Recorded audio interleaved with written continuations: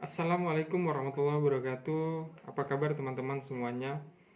Alhamdulillah, semoga teman-teman sehat walafiat semua. Hari ini saya ingin memberitahukan bahwasannya kita akan mendengarkan satu ceramah tentang kunci ketenangan hati. Dan semoga ceramah dari Ustadz Adi Hidayat ini mendapatkan satu keberkahan untuk kita, agar kita bisa hati kita tenang dalam melakukan semua kegiatan. Assalamualaikum warahmatullahi wabarakatuh.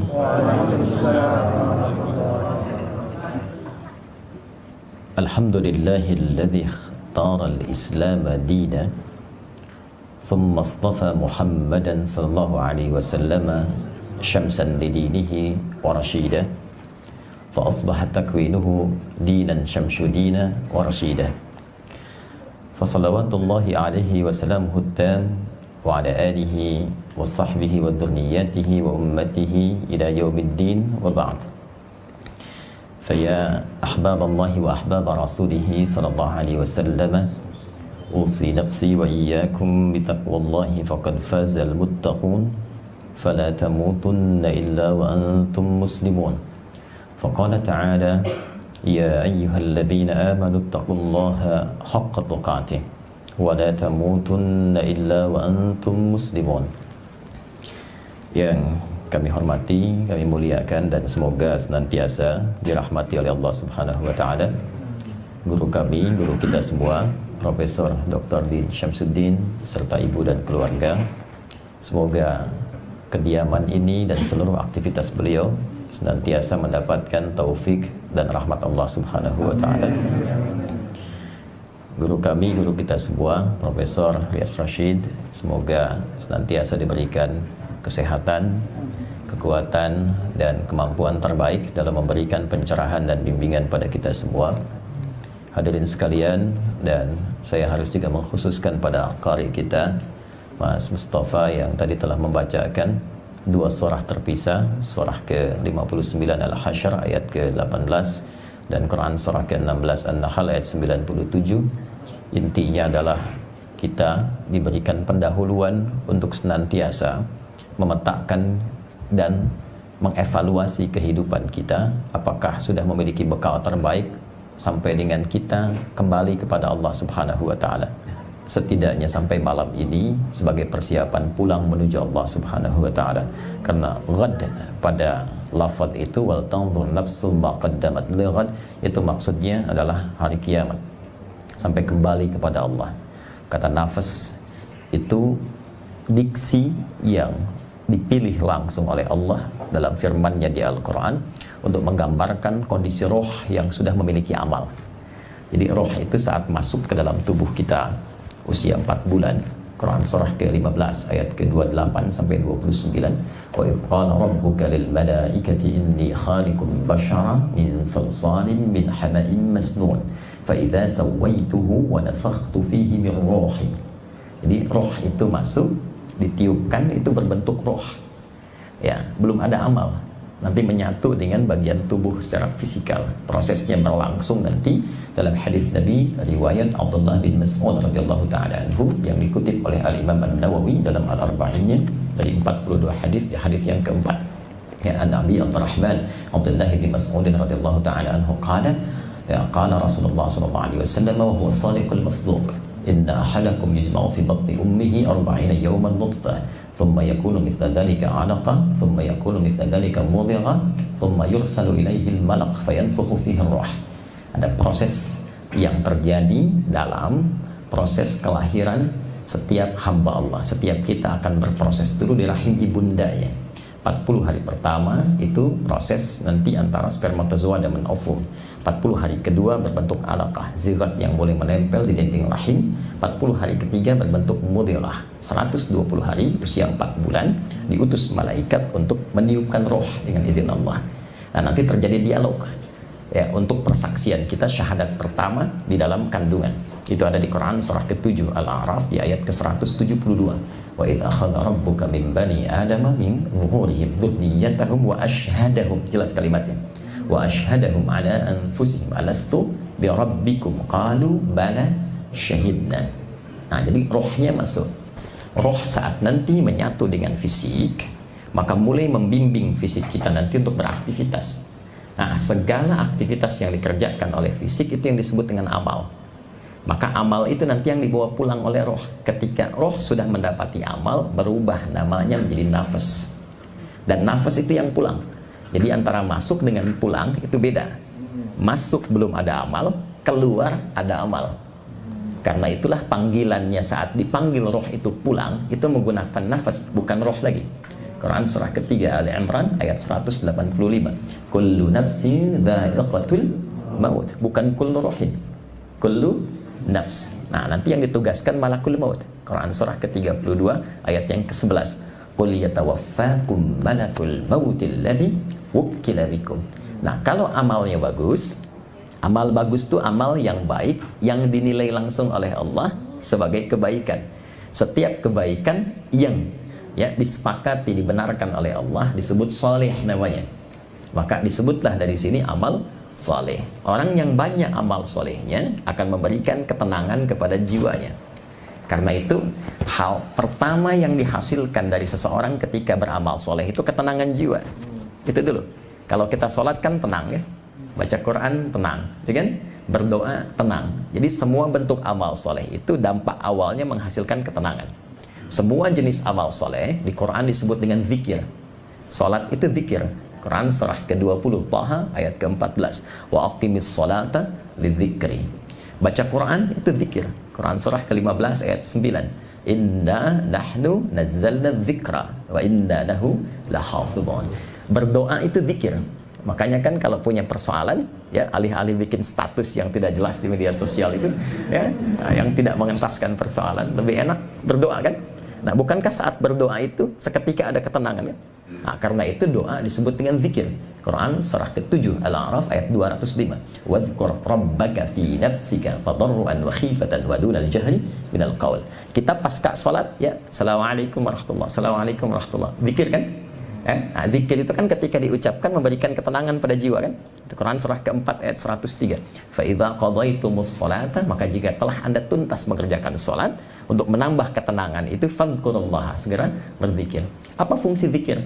Quran surah ke-13 ayat ke-28. Ala bidzikrillahi tatma'innul qulub. Itma'anna yatma'innu. Sifatnya disebut dengan tumanina. Karena itu dalam zikir ada tumanina. Bukankah dalam salat ada tumanina? Ya, maksudnya kalau kita ruku kata Nabi, hatta tatma'inna raki'ah. Jangan langsung bangkit dan jangan langsung baca doa. Tenangkan dulu. Rapikan dulu, biarkan darah mengalir dengan nyaman. Jadi baca doa itu dalam ketenangan. Nah, karena itu salatnya dinikmati. Ya, itulah tumakninah dalam salat. Tumakninah dalam doa. Jiwa kalau terbiasa tumakninah, maka nafas itu akan memiliki tumakninah. Nafas yang punya tumakninah maka disifati dengan mutmainnah namanya. Nah, itu yang pulang. Makanya ketika kita pulang, panggilannya nafas mutmainnah. Quran surah ke-89 Al-Fajr ayat 27 sampai 30. Ya ayyatuhan nafsul mutmainnah irji'i ila rabbiki radiyatan mardiyah fadkhuli fi ibadi wadkhuli. Nah, tadi ayat pertama yang dibaca itu mengingatkan apakah sampai kita duduk di kediaman ini, sampai detik ini sudah merasa mutmainnah belum? Jangan-jangan sampai malam ini belum ada ketenangan itu. Sehingga ketika dipanggil pulang atau diingatkan pun masih belum siap atau gelisah. Sederhana pertanyaannya, kalau ayat itu didengarkan pakai iman, kira-kira sederhananya begini. Hei, kalau malam ini meninggal, sudah siap belum? Ya? Nah, jiwa-jiwa yang terbiasa beramal soleh, kapanpun dipanggil itu nyaman saja. Mau malam ini, mau nanti, mau besok, tenang saja dia. Nah, karena itu jika memang belum mendapati itu, maka disusulkan tadi di An-Nahl ayat 97. Perbaiki imannya, baik lelaki ataupun perempuan. Man amila, siapa yang mengerjakan amalan salihah, perbuatan yang baik, min dzakarin aw untha wa huwa mu'min. Lelaki ataupun perempuan. Sepanjang ia mengaku beriman. Jadi iman itu akan mendorong pelakunya pasti berbuat baik. Ingat, itu persamaannya. Jadi kalau mengaku beriman pasti berbuat baik. Maka apa yang terjadi? Kata Allah, kalau Anda memutuskan merubah diri sejak detik ini, mengambil bacaan Quran tadi, maka Allah akan merubah sisa kehidupannya lebih terukur, lebih baik, lebih punya bekal dibandingkan hari-hari sebelumnya yang telah dilalui. Itulah falanuhyiyannahu hayatan thayyibah. Jadi hayatan thayyibah itu mencakup banyak hal. Rizkinya lebih berkualitas dibanding sebelumnya. Memang sebelumnya mungkin kelihatan dapat banyak, tapi berkah tidak. Apakah rizki itu mendekatkan kita kepada Allah? Ada kualitas dalam rizki itu? Atau jangan-jangan bertambah, tapi maksiatnya pun nambah juga? Ya? Nah, coba dicek, apakah pakaian yang sudah dikenakan sekarang sudah banyak digunakan untuk ibadah? Jangan-jangan nambah koleksi pakaian yang sudah ada pun belum pernah dipakai sholat. Itu sepedanya tuh yang pernah dipakai dari subuh, ya, mulai olahraga, berangkat, sudah pernah dipakai ke masjid belum? Itu dihisab. Sepeda belum pernah dipakai ibadah, sudah minta motor. Motor belum pernah dipakai ke taklim, sudah minta mobil. Ya? Nah, itu sudah mendapatkan kebaikan belum di situ? Karena itulah kalimat thayyib ketika disebutkan pertama dalam Al-Quran, itu bersanding dengan kata halal, dibuka dengan huruf ya, dikuatkan dengan ayyuha, lalu objeknya menggunakan nas. Itu di Quran surah kedua Al-Baqarah ayat 168. Ya ayyuhan nasu. Ya disebutkan sebanyak 361 kali dalam Al-Quran untuk memanggil semua objek dengan semua jarak, baik dekat, menengah ataupun jauh. Ayyuha disebutkan 150 kali dalam Al-Quran. Ayyunya berfungsi menguatkan munada, haknya menegaskan, mengingatkan tanbih. Jadi ketika Allah mengatakan, hei semua manusia, dimanapun engkau merasa berada, merasa dekat, menengah atau jauh dari aku ingatkan ya, aku tegaskan ya, selama berkehidupan silahkan bertebaran di bumi. Jadi apapun, kulu mimma fil ardi, silahkan mencari penghidupan. Minimal kan kita katakan mencari sesuap nasi ya, walaupun yang dicari kan kendaraan juga, rumah juga, kan? Silahkan bertebar, silahkan. Tapi halalan thayyibah. Apa itu halal? Halal itu yang tidak ada problem di dalam pandangan Allah Subhanahu wa taala. Kalau itu bisa kita hasilkan, maka semua kegiatan kita itu berubah namanya menjadi hasanah. Hasanah. Hasanah itu setiap perbuatan baik yang punya nilai di sisi Allah. Ya, bukan hanya sholat. Ya, sholat itu disebut hasanah. Quran surah ke-11 ayat 114. Aqimis sholata tarafain nahar wa zulafan minal lail innal hasanat. Jadi setiap kita sholat, kalau diniatkan karena Allah, ada poinnya. Ya, tapi bukan hanya ibadah ritual. Merawat anak, ya, kemudian saling menyayangi suami istri, meniatkan pekerjaan karena Allah itu punya nilai. Setiap dikerjakan satu aktivitas, nilainya 10. Quran surah ke-6 ayat 160. Ini nggak apa-apa ya kita Quran hadis ya. Quran surah ke-6 Al-An'am ayat 160. Man jaa'a bil hasanati falahu asyru amsalihha. Nah, ngitungnya tuh bukan begini. 1, 2, 3, terlalu sedikit. Menghitungnya dalam hitungan Allah tuh 1 keduanya 500 tahun. 2 ketiganya 500 tahun. 3 keempatnya 500 tahun. Nanti setiap poin hasanah itu 1 kedua, 2 ketiga, 3 keempat namanya ajrun. Ajrun, lahum ajrun ghairu mamnun, ya. Quran misalnya surah At-Tin, surah ke-95 itu, ya. Nah, nanti itu akan dikonfirmasi di akhirat. Itu yang kita sebut pahala. Ya, ini nggak akan ikut. Jadi pakaian yang kita kenakan nggak akan ikut. Tapi nilai, value yang melekat pada pakaian yang dikerjakan amal soleh, itu yang ikut berupa pahala. Nah, itu nanti ditampakkan saat sakaratul maut, plus saat kembali kepada Allah di akhirat. Hasanah di dunia dikonfirmasi di akhirat. Karena itu kita sering berdoa supaya kegiatan dunia kita menjadi hasanah, supaya di akhirat ditampakkan hasanahnya. Maka muncul kalimat doa kita, Rabbana atina fid dunya hasanah wa fil akhirati hasanah wa qina adzabannar. Itu ada di Al-Baqarah ayat 201. Nah, itulah sebetulnya gambaran kehidupan bekal kita yang diisyaratkan di 2 ayat tadi untuk kita siapkan sampai malam ini. Apakah perbuatannya sudah jadi hasanah atau belum? Ataukah kalau kita diwafatkan sudah punya bekal yang siap untuk kembali atau belum? Kalau merasa belum cukup bekal, maka cukupkan.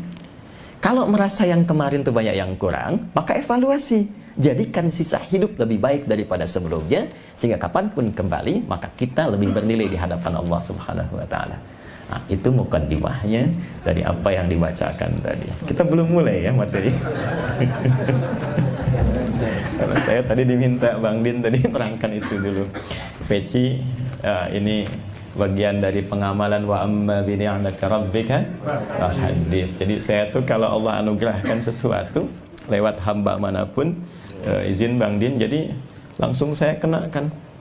Dan itu akan membahagiakan orang yang memberi, sekaligus juga saya gunakan pertama kali untuk ibadah dulu.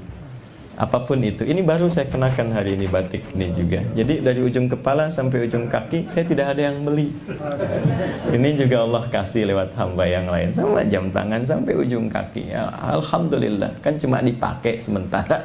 Ya, masuk kuburan kan udah nggak dipakai lagi ya. Ganti jadi kain kafan nggak ada kantongnya. Semua cukup. Jadi itu kisahnya. Alhamdulillah, mudah-mudahan pernah digunakan untuk sujud, pernah digunakan untuk ta'lim. Jadi saya punya alasan ketika dihisab pertama kali, dari mana didapatkan, kemana digunakan. Maka saya punya kebahagiaan di hadapan Allah, pertama kali digunakan hadir di majlis pengajian Ranting Pondok Labu. Baik, kira-kira itu mukaddimah yang bisa kita sampaikan.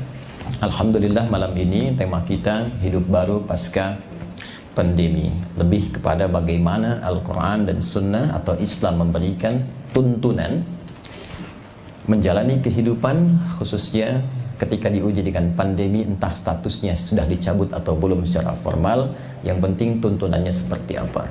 Dan menariknya, biasanya saya kalau mengisi pengajian jarang saya membuat materi tertulis, sekalipun itu bentuknya pointer-pointer. Biasanya saya tuliskan di papan tulis. Tapi qadar Allah, hari ini entah kenapa sebelum berangkat saya pengen ngetik sesuatu. Jadi saya tuliskan pointernya itu, urut dari awal sampai akhir. Rupanya mungkin ini yang beliau tadi minta akan inspirasi untuk Roma. Jadi saya sudah ketikkan 3 halaman nih Prof.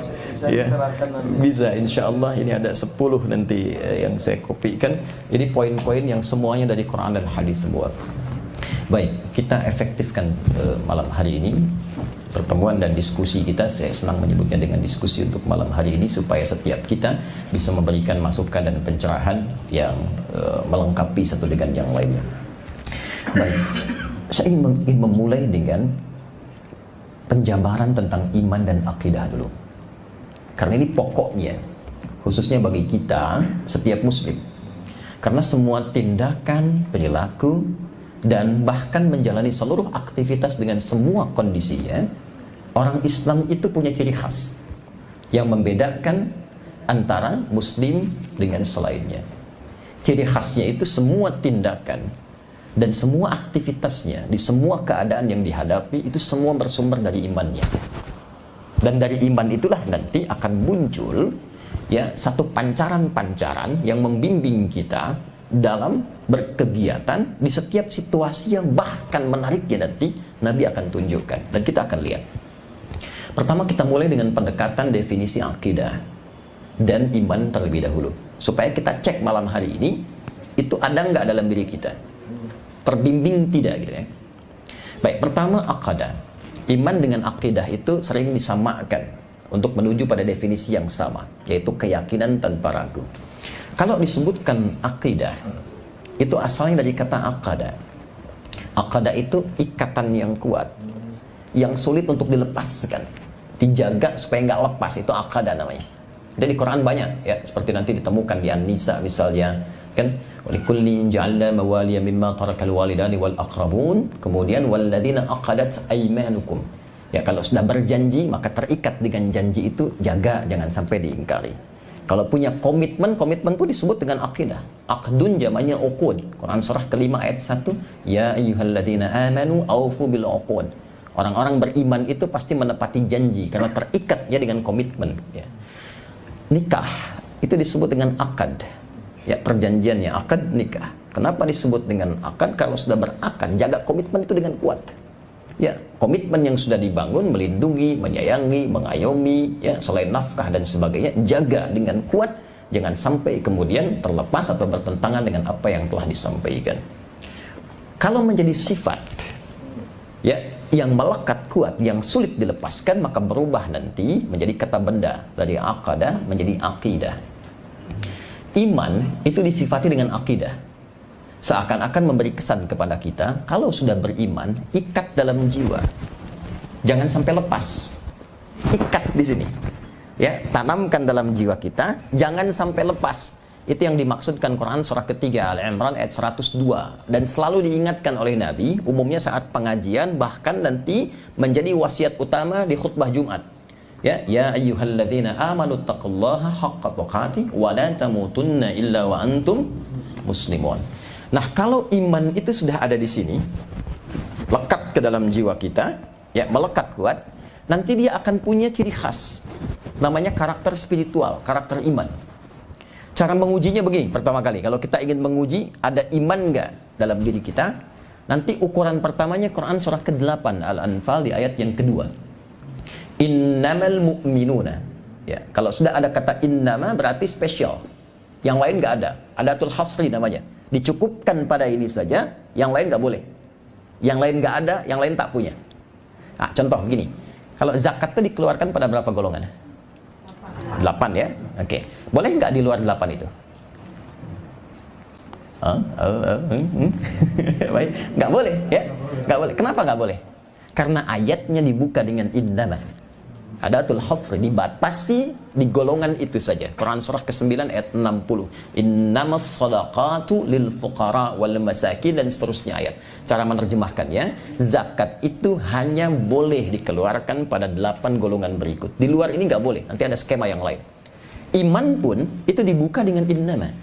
Kata Allah, innamal mu'minuna. Orang beriman itu punya ciri khusus, dan yang punya yang beriman saja. Jadi kalau belum punya iman, nggak akan bisa terkonfirmasi ciri ini. Apa itu? Ya, alladzina. Alladzina disebutkan 1080 kali dalam Al-Quran. Itu konjungsi isim mausul, tapi cakupannya luas, tanpa batas. Nah, seakan Allah itu memberikan satu kesempatan terbuka untuk semua hambanya. Semua hamba itu boleh silahkan terbuka untuk beriman. Ya, laki-laki, perempuan, tua, muda, besar, kecil, dengan berbagai status sosial yang berbeda-beda, tidak dibedakan oleh Allah, silahkan. Semua diberi kesempatan. Jadi kalau ada yang tidak beriman, bukan Allah yang salah, manusianya yang memilih untuk tidak beriman. Jelas ya? Baik, innamal mu'minuna alladzina. Perhatikan cirinya. Kalau sudah diambil dan melekat dalam diri, itu diikat dalam jiwa, maka idza dzukirallahu wajilat qulubuhum. Ciri pertamanya, bila disebutkan nama Allah, ada konfirmasi sinyal karakter spiritual di hatinya, ada getaran. Itu konfirmasinya. Karena itu setiap hari untuk dicek, Allah sebutkan, diperdengarkan namanya 5 kali dalam sehari, di setiap pergantian waktu dalam sehari. Subuh disebutkan, ganti siang, zuhur disebutkan, masuk sore, asar disebutkan, maghrib, menjelang malam disebutkan, isya sebelum tidur disebutkan lagi, untuk mengonfirmasi masih ada nggak imannya itu. Ya, maka diperdengarkan di telinga kita. Telinga bahasa Arabnya udhun, jamaknya adzan. Bukankah dalam adzan kalimat pertama yang disebutkan Allah, Allahu Akbar, Allahu Akbar. Makanya kalau sudah ada iman, itu ada konfirmasi, ada getaran tuh, ada karakter spiritual. Allahu Akbar, Allahu Akbar. Pernah nggak merasakan sudah adzan? Ada pernah begitu? Nah, itu khas. Jadi kalau belum punya iman, nggak bisa itu konfirmasi itu ada. Ini suara apa ya? Nah, itu ya. Wah, ini bising nih, tawanya kekencengan ya. Nah, itu dipertanyakan ya. Nah, ini kalau belum punya iman wajar, tak usah marah. Kalau belum punya iman, kalau mengaku beriman, ada babnya di Quran ada. Yang justru menyoal, nanti ada babnya lagi. Ya, menunjukkan imannya dalam persoalan. Perlu kita bantu supaya persoalannya tuntas. Nah, jadi ini poinnya. Nanti kalau sudah ada konfirmasi, itu disebut dengan karakter spiritual. Nah, dia akan menjadi cahaya yang menuntun semua bagian tubuh kita bersikap dan bertindak. Kalau dia masuk ke dalam akal kita, maka dia akan memberikan cahaya berwujud karakter intelektual. Jangan salah, orang beriman itu kalau benar iman dia dan dilatih sinyalnya kuat, dia akan membimbing akalnya sehingga menguat intelektualitasnya dan menjadi dia manusia yang pintar dengan akalnya.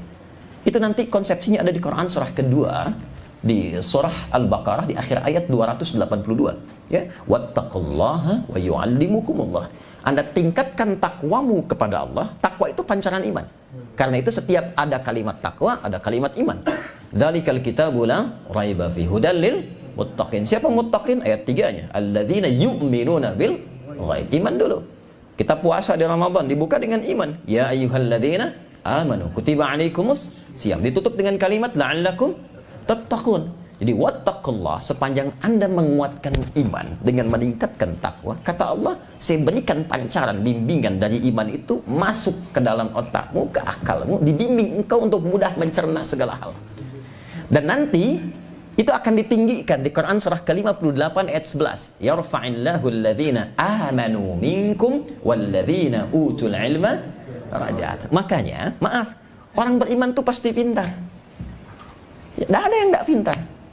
Dan kalau kita mau riset, jujur meriset, silahkan cek.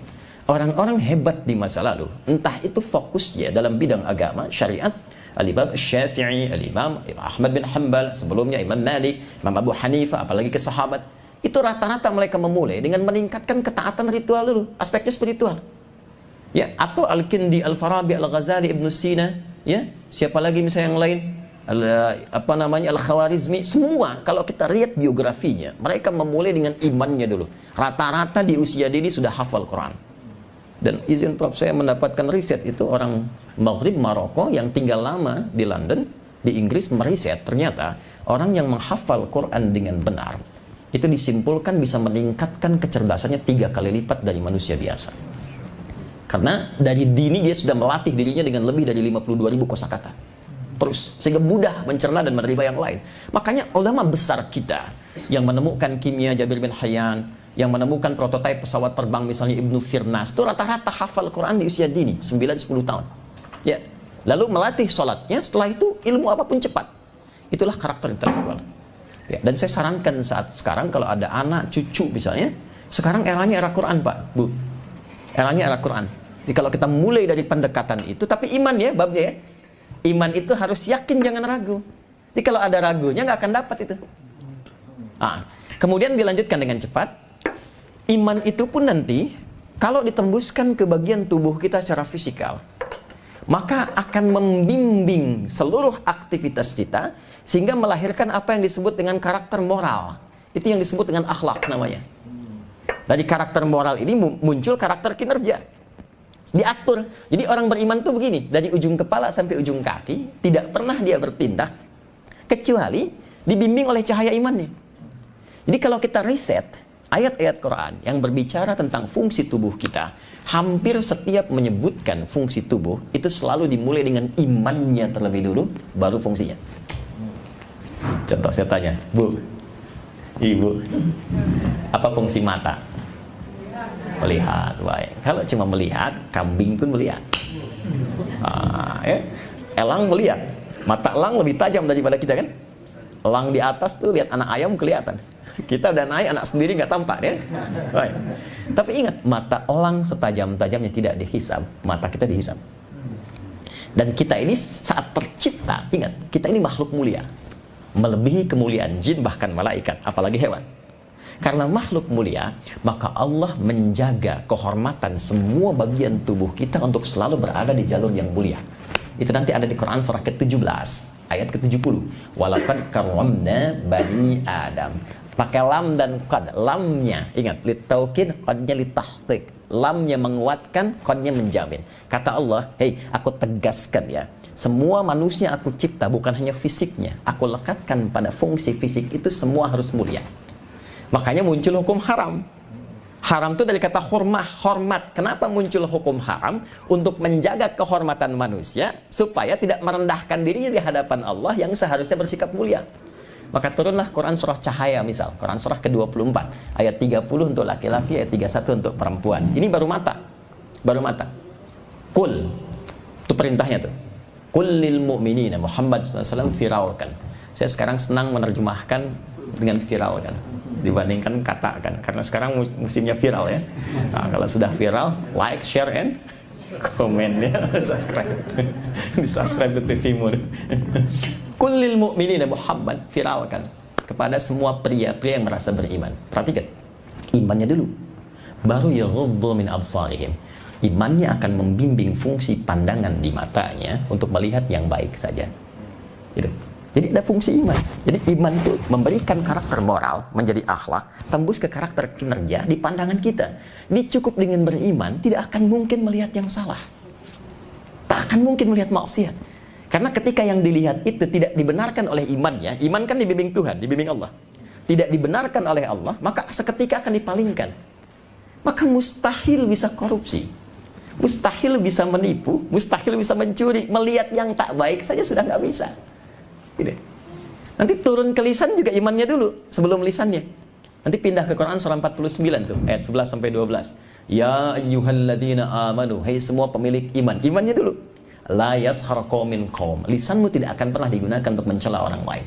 La yaghtab ba'dukum ba'dha, enggak akan bikin hoax. Jadi kalau iman itu sudah ada, lisan itu pasti baik. Kata Nabi, man kana yu'minu billahi wal yaumil akhir falyakul khairan aw liyasmut. Ya, siapa yang merasa beriman pada Allah dan hari akhir dan yakin akan dihisab, lisannya pasti akan dituturkan pada yang baik. Itu dari ujung kepala ke mata, turun ke lisan, ya sampai ke ujung kaki. Makanya ketika dia melihat sesuatu yang tak baik, itu bisa kompak lisan dan mata tuh bersamaan. Anda pengen lihat ceramah di YouTube, tapi yang muncul gambar yang tak bagus, iklan yang aneh gitu kan. Nah, itu seketika nggak usah diminta lagi, berpaling begini. Dan lisannya cepat. Quran surah ketiga ayat 133, wasari'u ila maghfirah. Dia istighfar tuh, astagfirullah. Ya. Dan itu nggak ada yang terlambat, nggak ada. Lisannya istighfar, matanya nggak berpaling, astagfirullah. Nggak bagus. Itu nggak ada. Cepat itu. Nanti kalau sudah terbiasa, itu semua kegiatannya yang tadi dikerjakan, itulah ibadah namanya. Orang yang beribadah namanya abdun, jamanya ibad. Nanti kalau sudah jadi ibad, dipuji oleh Allah sampai langkah kakinya. Turunlah surah Al-Furqan itu. Wa ibadur rahmanil ladzina yamshuna 'alal ardi hauna wa idza khatabahumul jahiluna qalu salama. Jadi idealnya insan beriman itu pasti setiap pikiran, setiap pemikirannya, setiap rasanya, tindakannya semua akan terkontrol oleh imannya sehingga pasti jadi baik. Nah, untuk menjadi baik ini, maka Nabi ditugaskan oleh Allah. Ini poinnya.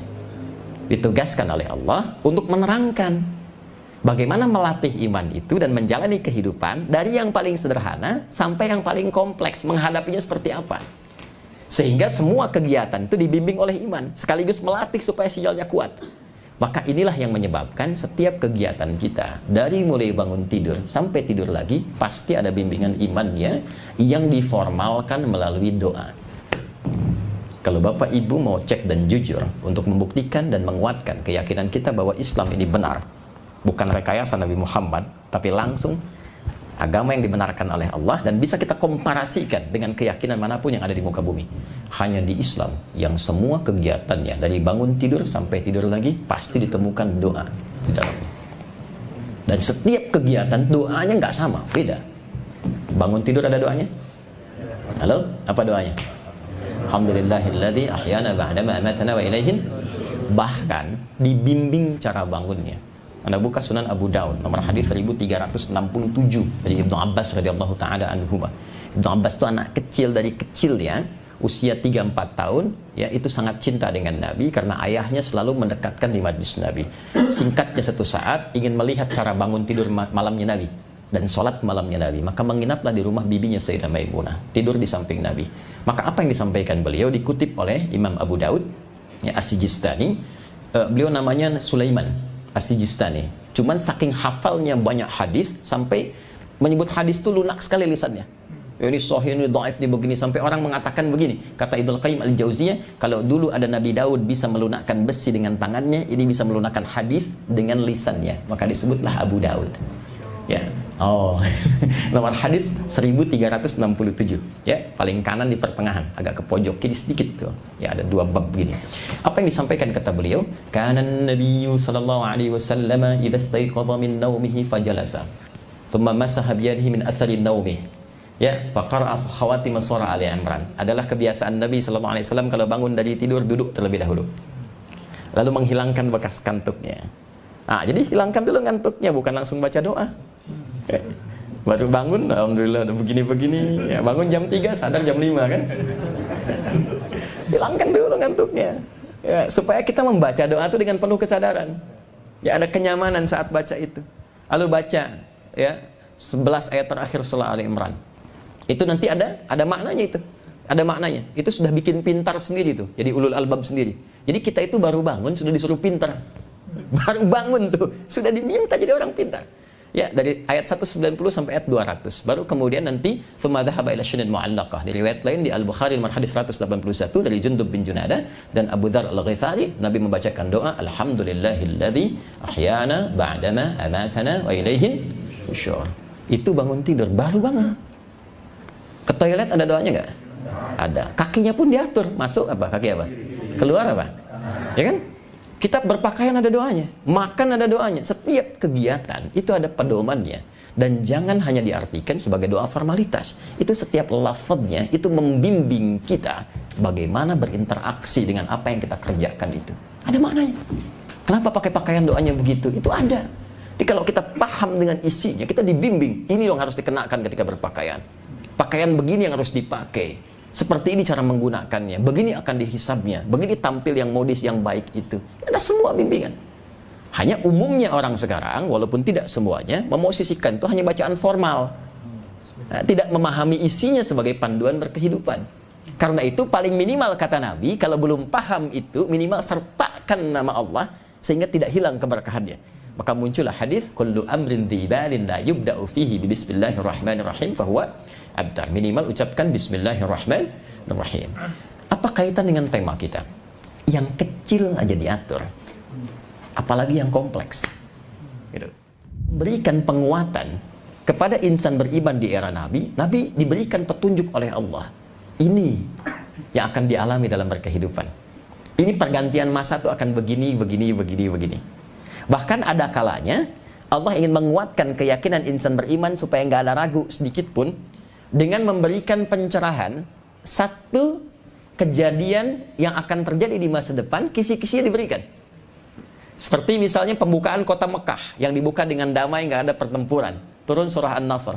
Ya, idza jaa nasrullahi wal fath. Ya, itu kan turun sebelum terjadinya Fathu Mekah kan.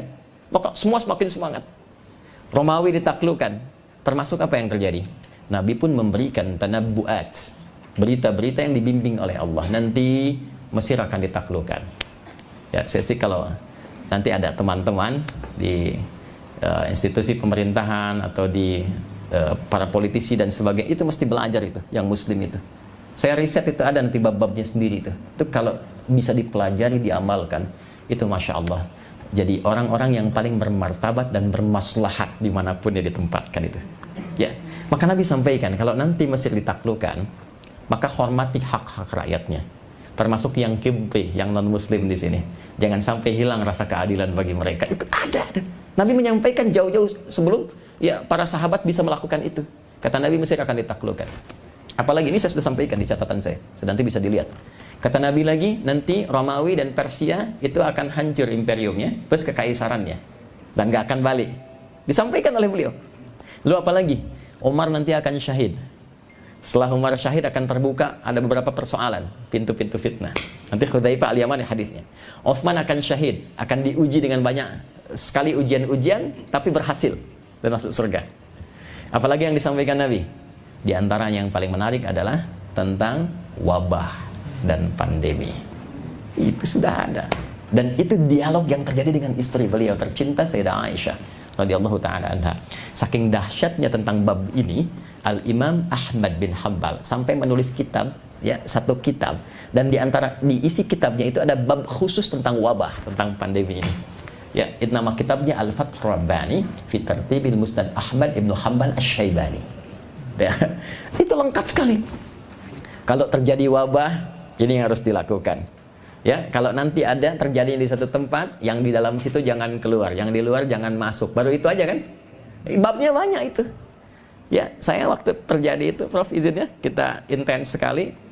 Saya mendatangi dua pihak yang paling utama untuk berdiskusi. Pertama, sewaktu masih Jakarta masih epicentrum dan saya riset itu karena kami cinta Quran dan hadis dan saya sangat meyakini tanpa ragu saya. Itu kalau ada peristiwa begini, kalau ada peristiwa, oh ini pasti nih ada solusinya di Quran, ada di hadis. Nggak mungkin ada kejadian kalau Allah nggak tetapkan dan nggak ada solusi. Nah, maka kalau Allah tetapkan, solusinya harus dari Allah kan? Maka kita cari di Quran, cari di hadis. Maka yang saya datangi pertama kali karena epicentrumnya di Jakarta dulu Pak Anies masih jadi gubernur. 19 Maret 2020. Ya, saya selesai riset 18 Maret plus itu dengan tadi yang Prof Rashid sebutkan Ya, ada satu jenis dari kostul hindi itu, ada banyak jenis tuh ya, jangan salah konsumsi tuh. Ya, karena ada beberapa jenis, ada yang bisa meningkatkan libido, itu hati-hati tuh, minum banyak pengen nikah lagi. ada yang bisa menghilangkan sesak gitu, macam-macam. Makanya kita riset variannya, baru kemudian nanti itu disesuaikan dosisnya dan nanti jadi solusi tersendiri. 19 Maret itu saya ke Balai Kota. Saya diterima oleh beliau setengah 10, telat sedikit karena hadir di acara Mata Najwa. Beliau pakai jaket Persija, temani 3 orang, satu pakai topi, duduk tengah-tengah Usama, satu lagi ada pakai kacamata itu. Saya sampaikan dengan bagannya semua. Ini pandemi di Quran gini, ya hadis seperti ini. Apapun jenisnya, apapun jenis wabahnya. Ya, ini kemungkinannya. Ada kemungkinan salah dari konsumsi makanan, ada kemungkinan salah dari perilaku, ada kemungkinan rekayasa. Kalau ada rekayasa, nasabnya ke sini nih. Tuh. Itu sebelum yang Bosman Wardigu macam-macam tuh bikin video itu itu kita sudah sampaikan itu ya, sampai kekinian kan ramai kan ya, secara tinjauan politik begini, tinjauan ekonomi begini dan sebagainya. Lalu saya sampaikan solusinya apa, ini yang konsep yang kemudian dikenal dengan lockdown ya. Ini konsepnya ini yang diutarakan oleh Nabi begini. Lalu ada yang masih ingat social distancing, physical distancing, itu sudah ada, itu pemikirannya siapa ya, Amr bin As. Hadisnya ada, ini saya cantumkan di sini. Sudah ada, tenang, nanti teman-teman bisa dibagi itu. Ya, ada semua. Ini konsepsinya begini, perdebatannya begini, diskusinya seperti ini. Dan yang paling menarik, apa yang terjadi setelah itu? Dan yang paling dahsyat lagi, ini yang paling dahsyat. Di suasana apa wabah itu muncul? Di suasana apa? Karena Nabi pun memberikan gambaran perkembangan generasi manusia itu nanti akan terjadi begini, sampai berakhir kehidupan. Akhir kehidupan itu yang disebut dengan kiamat. Dan ada tanda-tandanya. Ada pertengahannya, ada gerbang pembukanya, ada kejadiannya, sampai nanti puncaknya, sampai nanti berakhir kehidupan. Nah, kalau terjadi pandemi seperti wabah dan sebagainya, nanti ada juga kejadian menyertai itu. Di fase mana kita ada? Contoh, Nabi menyampaikan sallallahu alaihi wasallam. Ini hadisnya sahih di Al-Bukhari. Satu kali nanti akan terjadi kerumitan dalam menemukan kebenaran dan kesalahan. Sehingga yang kebenaran sulit diungkap, bukan nggak tahu itu benar.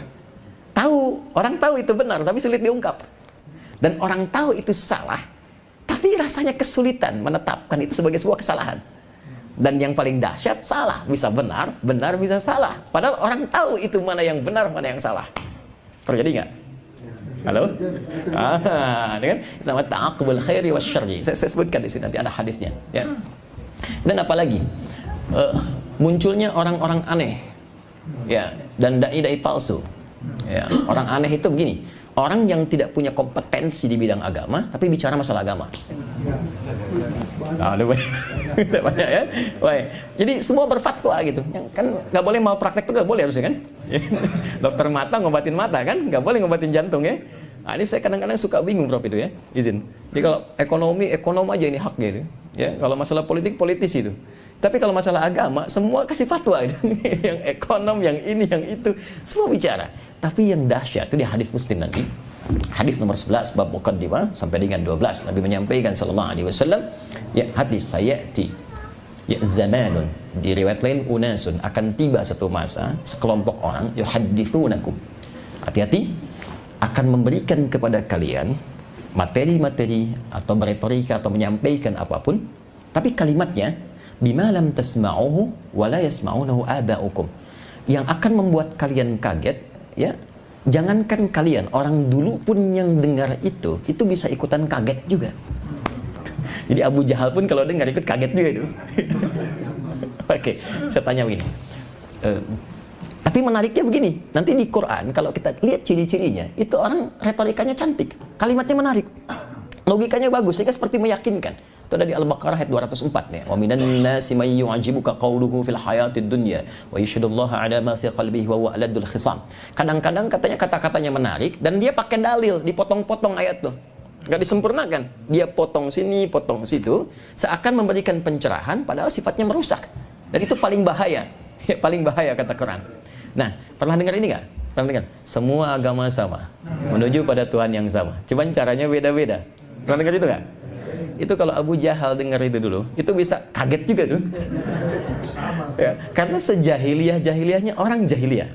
Coba catat ya, sejahiliyah-jahiliyahnya orang jahiliyah, itu mereka tidak pernah terfikir itu konsepsi apa yang disampaikan tadi. Ya, jadi saat kalah Abu Jahal. Kalah. Jadi saat rombongan orang-orang delegasi Quraisy itu yang belum beriman, saya selalu katakan belum beriman sehingga punya harapan ya saudara kita itu bisa beriman ya. Datang kepada Nabi, ya malam-malam mengatakan begini, Muhammad SAW, kita nggak usah berselisih lah, nggak usah ribut ya. Sudah begini saja, kita damai, saling toleran aja. Nanti malam ini kami nyembah Tuhanmu, kan? Besok kamu nyembah Tuhan kita. Tapi lihat kalimatnya, kita memang beda. Tapi jangan sampai perbedaan ini membuat kita berselisih. Udah, malam ini kami nyembah Tuhanmu, besok kau nyembah Tuhan kita. Jadi jahiliyah pun masih menetapkan kita beda. Ya. Dan mengakui ada perbedaan dalam keyakinan. Makanya nanti turun ayat surah Al-Kafirun itu, ya. Al-Kafirun kuliah ayyuhal kafirun, viralkan kepada orang-orang yang masih menutup diri. Itu sopan kalimat Quran itu. Makanya Abu Jahal dan kawan-kawan itu nggak marah disebut kafir. Ya, nggak marah. Ya, kafir itu dari kata kafara. Orang Inggris menyerap dengan cover. Cover itu dari bahasa Arab. Dari sukar dari bahasa Arab, sugar. Gula itu dari bahasa Arab. Nah, cover itu dari bahasa Arab, kafara. Kafara itu sesuatu yang menutup sehingga isinya nggak kelihatan. Ada cover buku dalamnya nggak kelihatan. Orang yang menutup diri sehingga belum mau menerima sesuatu masuk ke dalam dirinya, namanya kafir. Jamaknya kafirun. Makanya kalau diterjemahkan halus sekali. Islam tuh lembut gitu. Maaf ya, Fir'aun itu Fir'aunnya. Catat ya. Fir'aun itu Fir'aunnya. Saya katakan Fir'aunnya karena hobinya bunuh orang. Al-Baqarah 49. Ngaku Tuhan, ana rabbukumul a'la. Orang sekarang paling tinggi ngaku nabi. Pernah malaikat ya, LA itu kan? Kalau nggak salah itu, minta izin pada gubernur yang dulu tuh mendaratkan malaikat Jibril di Monas kan? LA dan sampai meninggal. Ya, singkatnya selesai. Fir'aun ngaku nabi, ngaku Tuhan. Ana rabbukumul a'la. Hobi bunuh orang. Sifat keras. Tapi Fir'aunnya tetap kelembutan itu lahir. Allah menunjukkan keadilannya mengutus dua orang nabi sekaligus, Musa dan Harun. Quran surah 20, legasi tertinggi yang menjadi contoh bagi kita para dai, ayat 43 sampai 44. Tadi kan kalimatnya, idhaba ila fir'auna innahu tagha. Musa dan Harun pergilah ke Firaun untuk mengingatkan dia yang mulai menyimpang dari kewenangannya. Jadi Musa dan Harun itu ditugaskan bukan untuk menurunkan Firaun dari status raja, tapi meluruskan kewenangannya yang mulai berbelok, ya, menggunakan kedudukannya untuk sesuatu yang tidak tepat, bantu dia untuk kembali. Tapi caranya, faqula lahu qawlan layyina, ingatkan dia dengan penuh kelembutan. La'allahu yatadzakkaru aw yakhsha, supaya dia dengan kelembutan itu mungkin akan ada kesadaran. Cuma sayang, kerasnya memang tetap dipertahankan. Nah, saya mau kembali ke ayat tadi, itu begitu indahnya bahasa Quran. Katakan Muhammad pada orang-orang yang masih menutup diri dari apa yang kau sampaikan kepada mereka dan belum mau dengar. Ya kan? La a'budu ma ta'budun. Kalau ingin toleran dalam masalah akidah, ada toleransi tertinggi, namanya zero tolerance. Sampai ke ujung ayatnya, lakum dinukum. Udah gini aja, memang nggak usah ribut. Cuma konsepnya jangan disalahgunakan. Kamu yang punya keyakinan, silahkan dengan keyakinanmu. Kami dengan keyakinan kami. Disitulah kita toleran, jangan saling masuk, jangan saling mencampuri. Penghormatan itu menjadikan semua bisa meyakini dan mengamalkan apa yang diyakini tanpa harus mengganggu dan ikut-ikutan ke tempat itu. Jadi kalau adzan di masjid aja, sholawatan di masjid aja, jangan pindah ke tempat lain gitu. Ya. Dan tidak ada pengakuan di orang jahiliyah semua agama sama. Tapi ingat ya, di situ tidak pernah disebutkan di ayat kapan kejadiannya dan siapa yang mengalami. Ada konsep dalam ilmu tafsir, kalau tidak disebutkan kapan kejadian, siapa yang mengalami, maka kejadian itu potensial terjadi lagi di masa depan dengan tokoh-tokoh yang berbeda. Ya, baik. Pernah ada orang sekarang menawarkan misalnya untuk konsep ya ngajak-ngajak untuk pindah agama, pernah ada? Ya kan, Car Free Day kan karnya yang free kan, tapi tawarannya kan banyak ya. Jadi kalau ada yang ngajak-ngajak agama lain, sampaikan terima kasih, cuma Anda datang terlambat ya, 15 abad yang lalu ada seperti Anda turun ayat gitu kan, turun surah. Tapi sekarang ada hal yang lebih daripada itu. Nah ini saya katakan ada panduan dalam Islam untuk mengatasi itu semua, tapi nyata terjadi kan ya. Jadi situasi pandemi yang kita alami diiringi juga dengan kondisi-kondisi yang kita mesti waspada. Yang ketiga apa lagi? Yang ketiga, ditemukan situasi-situasi yang sangat unik. Ya, kalau saya mau rincikan, teman-teman sekalian, Bapak dan Ibu, jadi saya buat beberapa ini, yang ini pada akhirnya kita akan dituntun bagaimana bersikap. Ya, akan dituntun bagaimana bersikap. Baik, ini saya ada rincikan dan semua hadisnya saya ambil dari hadis yang sahih semua. Jadi saya cukupkan misalnya kalaupun dari Abu Daud saya ambil yang sahihnya, saya Abu Daud ya. Tirmidzi saya ambil yang sahihnya.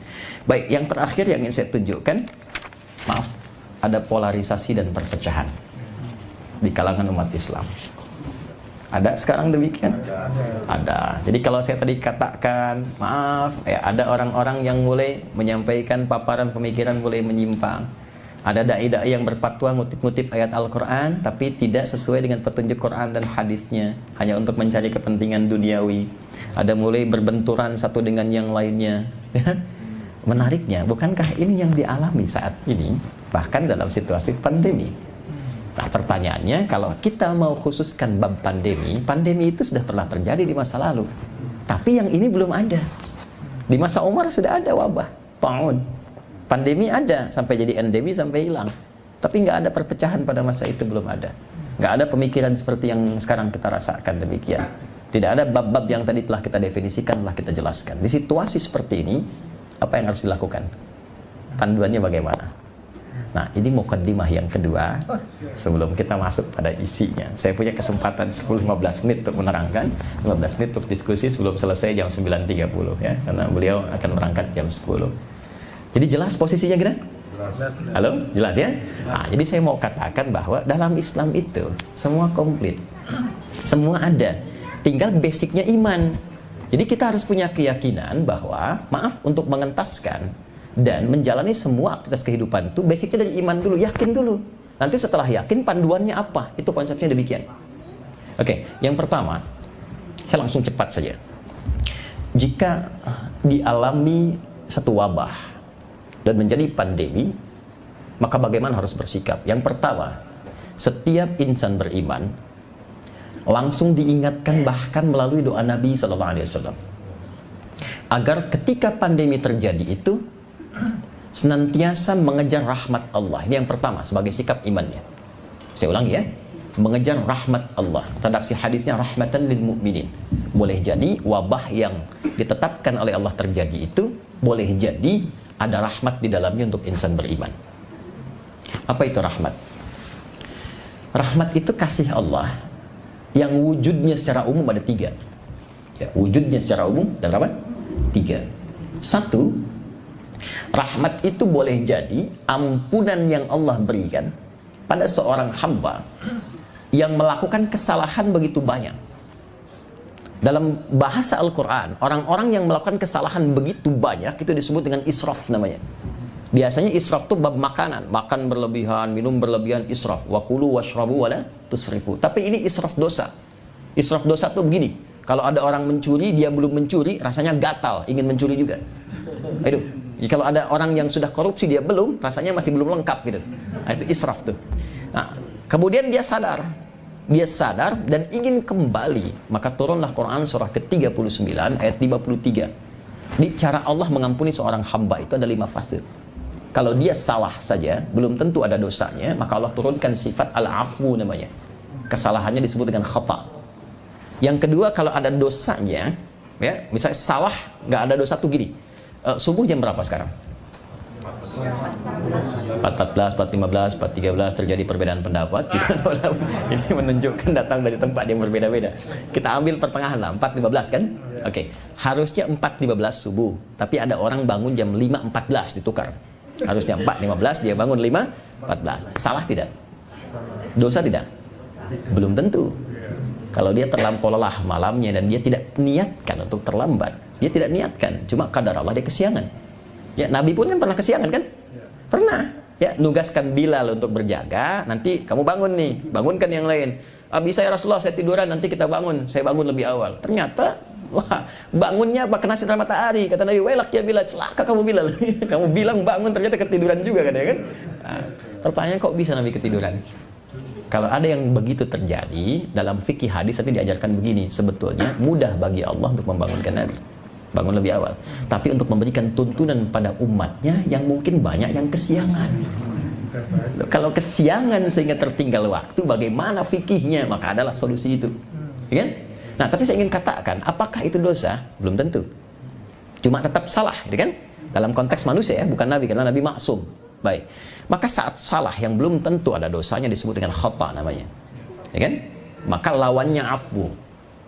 Baik. Kemudian kalau ada dosanya sengaja nih tidur terlambat, sengaja kesiangan, nonton bola kan, menang, ternyata menangis kalah kan.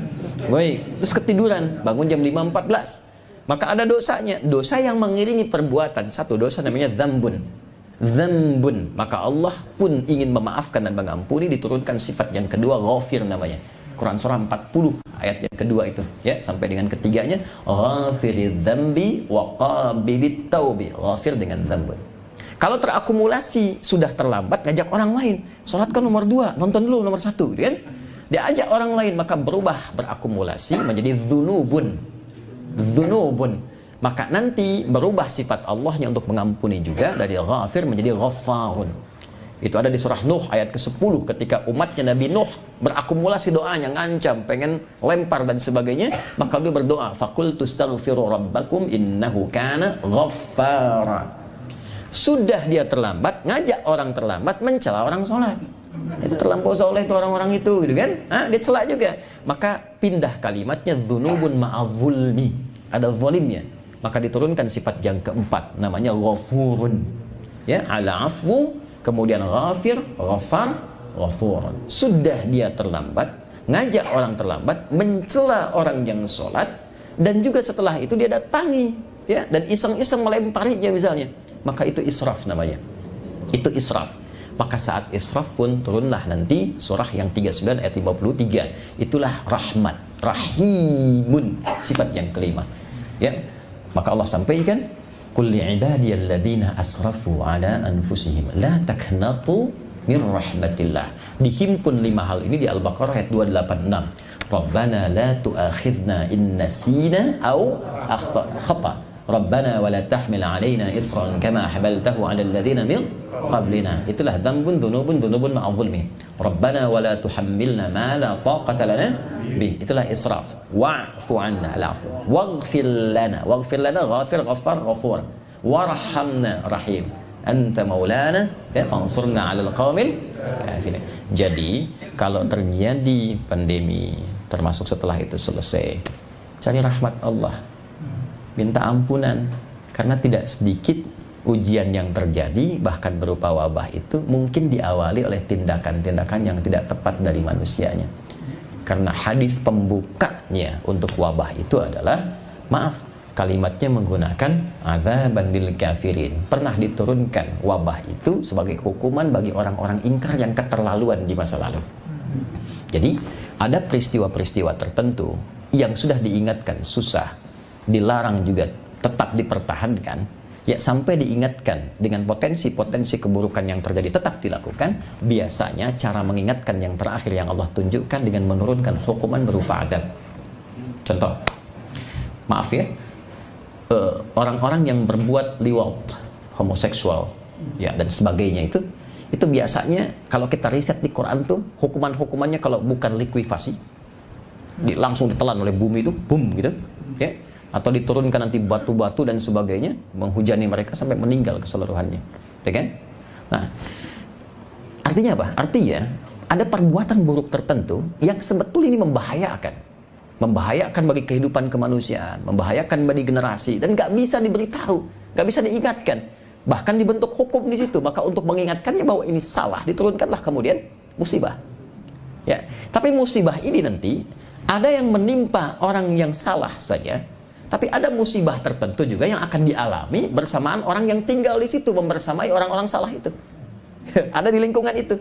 Itulah yang kalau ada maksiat tertentu dilakukan, kadang-kadang turun kemudian musibah, yang musibah itu bisa mengenai bahkan orang soleh yang ada di situ. Tapi adilnya Allah memberikan jawaban kepada Nabi, kalau itu dialami oleh orang beriman, terkena bagian musibahnya, maka itu menjadi rahmat dari Allah untuk menjadikannya syahid dalam pulangnya. Gitu. Karena meninggal itu ya, kalau nggak ada itu pun meninggal juga kalau ajalnya tiba. Tapi Allah menginginkan dia pulang syahid, dan dibedakan syahidnya dengan kematian yang nestapa dengan orang maksiat itu. untuk memberikan kesan nih, yang ini aku hinakan, yang ini aku muliakan. Jadi saat Allah turunkan ketetapan, bisa mengangkat hambanya yang satu dan menghancurkan atau merendahkan hambanya yang lain yang nekat berbuat maksiat. Jelas sampai di sini? Nah, maka bagi orang-orang yang berpulang dia syahid, tapi bagi kita yang masih hidup, apakah memang dalam konteks ada pandemi pun kita terkena? Tadi Prof kena, saya juga pernah kena ya, dalam riset itu saya kena. Riset, bagaimana kita bisa meriset dan tahu kalau itu efektif kalau kita nggak kena? Jadi saya orang pertama yang menggunakan itu sebelum ke orang lain gitu ya.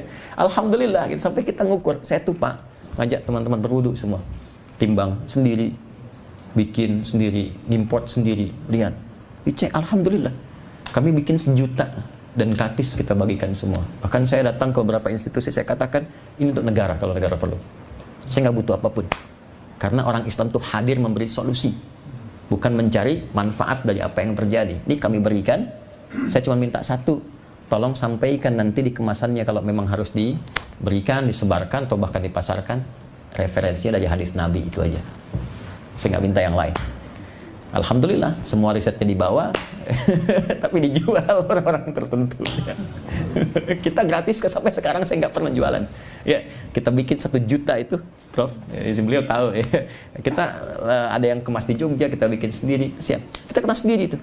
Tapi renungannya adalah ya Allah, orang lain syahid. Bahkan nanti ada lagi hadis yang lain belum saya bacakan, ulama-ulama mulai wafat ya kan, kita bisa lihat ya, Terlutfi Fathullah, Profesor Khuzaimah Takhidayanggo kan, dan yang lain-lain juga sudah mulai pulang, itu syahid. Nah, saat orang-orang lain syahid, bahkan jangankan level ulama, orang-orang biasa bisa syahid gitu, terus kita bagaimana? Itu yang ditarik ke dalam diri kita sebelum menyoal yang lain. Ya Allah, saya masih hidup, apakah saya mendapatkan rahmat-Mu, sementara di hadapan saya, di mata saya dan di telinga saya didengar, dilihat si fulan syahid, si fulan pulang dengan mulia, saya nanti bagaimana? Maka pandemi sekalipun belum dicabut statusnya, mesti menyadarkan kita satu saat kita pulang. Maka mohonkan rahmat Allah, setidaknya jangan pulang membawa akumulasi dosa. Jelas? 2, rahmat tidak disebutkan dalam Quran, kecuali yang kedua juga menunjukkan aspek yang sangat luar biasa. Apa itu? Solusi dari setiap persoalan. Itu nanti strukturnya atau konstruksinya ada di Quran surah kedua Al-Baqarah ayat 155 sampai 157. Dan ini menarik karena nanti ini akan ditarik ke aspek duniawinya. Kalau yang tadi ke aspek ukhrawinya, spiritual, yang ini ke aspek duniawinya. Jadi boleh jadi sifat rahmat itu bukan hanya renungan spiritual, tapi juga akan menemukan sesuatu yang baru yang bermaslahat nanti secara duniawi. Dan itulah yang nanti akan menjadikan rasa syukur kita kepada Allah, yang menambah rasa syukur. Ya Allah berfirman, وَلَنَبْلُوَنَّكُمْ بِشَيْءٍ مِّنَ الْخَوْفِ وَالْجُوعِ وَنَقْصٍ مِّنَ الْأَمْوَالِ وَالْأَنفُسِ وَالثَّمَرَاتِ وَبَشِّرِ الصَّابِرِينَ. Ya, setiap yang hidup aku pasti uji dengan aneka ragam ujian kehidupan. Perhatikan cara menerjemahkannya. Untuk meningkatkan kualitas hidupmu, bukan untuk memberikan beban dalam hidupmu. Jadi kalau sedang diuji dengan masalah itu desainnya meningkatkan kualitas hidup, bukan untuk memberikan beban. Ingat ya? Ingat itu. Nah, nanti ada ayat yang lain turunannya. Nanti kalau lain kali kita ngaji lagi, kita bisa bahas tentang rahasia di balik ujian. Nanti ada skema ayat yang lainnya. Tapi poinnya adalah jangan posisikan masalah ya sebagai beban. Justru itu ujian. Setiap ujian tuh desainnya meningkatkan kualitas kehidupan. Anak-anak kita di SD kalau nggak lewat ujian nggak akan naik SMP kan? Ya, desainnya begitu. Ini nggak ada yang diuji kecuali meningkatkan kualitas hidupnya. Apa jenisnya? Kata Allah, minal khauf, gelisah. Ya, wal ju', lapar. Ini udah gelisah, udah lapar. Ya, wa naqsi minal amwal, ada kekurangan harta. Wal anfus, ada yang sakit sampai meninggal, apapun penyebabnya. Maaf, wat thamarat, ini tolong highlight ya yang ini ya, karena saya sering dapati terjemahan yang saya agak kurang cocok dengan itu. Di situ disebutkan dan buah-buahan.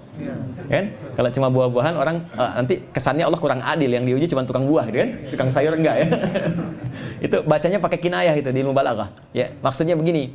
Buah itu kan tumbuh dari benih, ditanam, dirawat sampai jadi buah. Mau dipetik, mau panen besok diambil orang. Anda ikut tender, Anda yang berhasil, proyeknya diambil orang. Itulah thamarat. Ada yang begitu? Wa basyiris sabirin. Berikan kabar gembira pada orang sabar. Siapa orang sabar itu? Saya sempurnakan dulu. Alladzina idza asabathum musibah qalu inna lillahi wa inna ilaihi Orang sabar itu cirinya sederhana kata Quran. Orang yang diuji dengan apapun, mengalami apapun, dia sadar itu titipan Allah. Dan Allah punya kehendak dengan itu. Dikasih ujian pandemi, wabah, oh Allah pasti punya kehendak. Itu maksudnya. Ya, ikuti aja dulu. Karena Anda berkeluh kesah pun nggak akan menghilangkan itu. Ya, termasuk dengan jabatan. Anda dititipkan oleh Allah jabatan tertentu, itu pasti Allah punya kehendak di situ. Maka belajar bab tertentu, Kitabul Imarah. Belajar bagaimana menata jabatan dan menggunakannya dengan baik. Anda punya dapat titipan harta, pahami, oh ini ujian, Allah punya kehendak di balik itu. Maka belajar Kitabul Buyu'ah, kitab tentang bisnis, ya, bagaimana mengelola harta dan sebagainya. Nah, sekarang ada pandemi terjadi, ada wabah. Nggak mungkin terjadi kalau Allah nggak berkehendak. Ada apa kehendaknya di situ? Maka salah satunya Allah menginginkan setiap hamba mendapatkan rahmat. Maka masuk ke ayat 157, ketika kita bersabar dan meniti rahmat dari situ, ulaika alaihim shalawatum mir rabbihim wa rahmah. Orang-orang yang sabar menerima itu, mengikuti kehendak Allah dan berinisiatif untuk mencari solusi dari situ atas petunjuk Allah, maka dipuji oleh Allah, diberikan rahmat. Rahmat itu yang menjadikan dia wa ulaika humul muhtadun, dapat solusi menyelesaikan dia. Nah, di antara sifat rahmat di situ, tinjauannya apa? Mengentaskan kesulitan-kesulitan yang mungkin terjadi. Ya, saat pandemi ada apa saja? Ada orang kesulitan alat kesehatan. Ternyata selama ini kita kekurangan alat kesehatan. Ya kan? Kita belajar dari situ. Maka sebelum orang lain buat, ayo, masa nggak ada sih di PKU sama dia? Yang punya banyak itu rumah sakitnya. Apa nggak ada 1-2 orang yang berinisiasi membuat alat-alat canggih supaya kalau nanti ada situasi ke depan yang mirip sudah ada alatnya seperti itu. Apalagi perangkat-perangkat kesehatan. Ya, tentang isolasi, tentang riset bagaimana pengaruh kadar garam tertentu, ya, yang dapat bisa meningkatkan kekuatan untuk mendapatkan oksigen tertentu. Ya, sehingga ada yang ke pantai, ada yang kemana. Bisa nggak ada penemuan dari situ dibikin satu alat tertentu? Yang kalau ada orang sesak napas, nggak harus mahal-mahal dapat alatnya. Saya waktu kejadian, saya kumpulkan teman-teman, kita ada kelas Quran, namanya At-Taisir Learning Center. Ada profesi-profesi tertentu, kurikulumnya Quran. Izin Prof, diantara itu ada nanti kelas pebisnis, ada 400 orang. Dari direktur sampai tukang cukur. Saya sampaikan, ini trennya akan begini nih. Masker, itu sebelum ramai masker. Karena saya dari Jepang, saya dari Korea, saya lihat begini. Coba bikin masker. Dari kain dulu. Itu begitu dibikin, baru sekali klik, udah puluhan ribu, ratusan ribu, sampai ke Rusia. Sampai ke Rusia. Di saat orang lain kesulitan, dan masih naikkan harga dan sebagainya. Ya, dan apa yang terjadi pada saat itu, saya bilang, ini bukan jadi untung. Di saat seperti ini yang didapatkan rahmat Allah dan memberikan solusi pada yang lain. Maka apa yang terjadi? Bisa mengakomodir orang-orang di PHK di tempat lain. Kerjakan ini, ambil dari sini, tutup CSR-nya. Dan termasuk perusahaan yang tidak kolaps waktu terjadi COVID. Ini orang-orang kayaknya akan beralih nih ke transportasi ramah nih, akan sepeda. Saya minta sebagian teman-teman cari nih sepeda yang cocok, cari perangkat dan sebagainya. Maka mulai riset. Jadi tidak pernah ada peristiwa kecuali di situ ada solusi dan ada maslahat. Maka ketika kita mengalami apapun, sifat ulul albab yang beriman itu membimbing kita untuk meriset. Jiwa spiritual kita mengoreksi diri, bermuhasabah, tapi intelektual kita membaca itu sebagai peluang. Lihat ada apa di balik itu? Ada kreasi apa? Ada inovasi apa? Ya, ada faktor ekonomi apa di situ? Atau secara globalnya lihat ada rencana apa dari luar itu? Ya, apakah ini dibuat? Karena kan wabah itu ada 3 jenisnya. Ya, ada yang direkayasa dan nasabnya ini tersambung. Ada yang kedua kemudian mohon maaf karena perilaku tadi. Ada yang ketiga karena salah makan. Ya, di hadis Muslim itu ada orang makan kelelawar berpotensi menyebarkan virus, ya, kemudian menyebar jadi wabah ada. Nah, dan beberapa yang lainnya. Itu yang kedua rahmat. Yang ketiga adalah doa. Rahmat itu ketika Allah berikan itu untuk mengabulkan doa yang dimohonkan. Maka saya yakin sangat luar biasa. Doa itu kan turunan ibadah kan? Bukankah saat Covid ibadahnya lebih banyak? Ya kan? Lebih banyak ke dalam, yang nggak pernah khutbah, bahkan jadi khatib Idul Fitri. Khatib Idul Adha, banyak ngaji. Sudah dikasih Covid, sampai ada di rumah, belum mau ibadah juga. Dengan cara apa lagi diberikan kesempatan untuk ibadah? Sudah dikasih Covid, belum mau jadi imam juga. Dengan cara apa lagi mesti jadi imam? Kan?